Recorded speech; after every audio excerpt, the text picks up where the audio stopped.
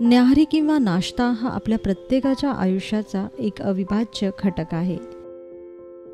पण आजकाल दुर्दैवाने परंपरागत नाश्ता हा 100% पोषक नसून त्याऐवजी कृत्रिमरित्या तयार केलेले पदार्थ कसे आणि किती पौष्टिक आहेत हे जाहिरात कंपन्या आपल्या मनावर ठासून बिंबवित असतात.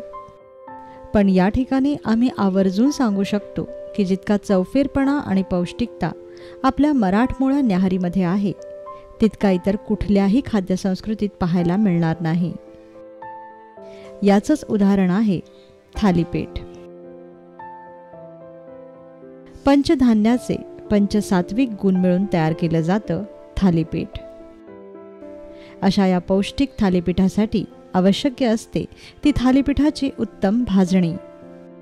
न्याहारी विशेषमध्ये आज शिकूया थालीपीठाची भाजणी.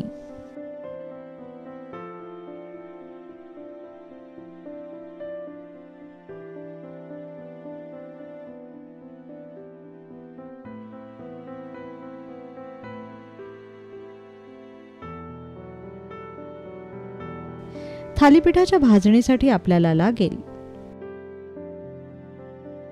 1 वाटी तांदूळ, अर्धी वाटी मूग डाळ, अर्धी वाटी चना डाळ, अर्धी वाटी उडीद डाळ, पाव वाटी गहू, 2 चमचे धणे आणि 1.5 चमचा जिरे.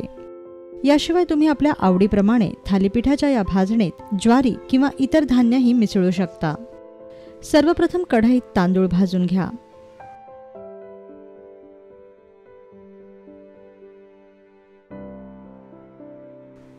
हाताला चटका लागेपर्यंतच तांदूळ भाजा.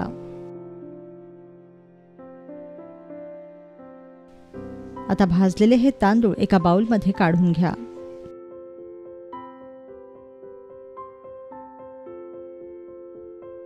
मग अशा प्रकारे चण्याची डाळही भाजून घ्या व खमंग सुवास सुटला की भाजलेली ही डाळ भांड्यात काढा. यानंतर उडदाची डाळ ही अशीच भाजून घ्या.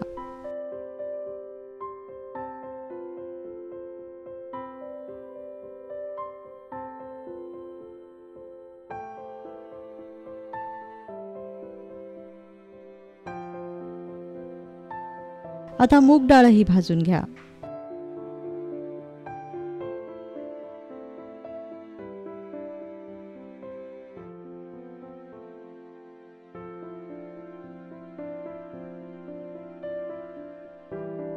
गहू देखील असेच भाजा.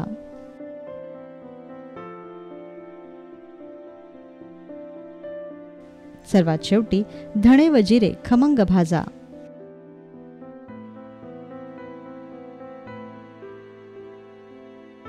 आता भाजलेलं सर्व धान्य एकत्र करून मिक्सरमध्ये वाटून घ्या व याची जाडसर भरड दळा. तयार झाली खमंग अशी थालीपीठाची भाजणी.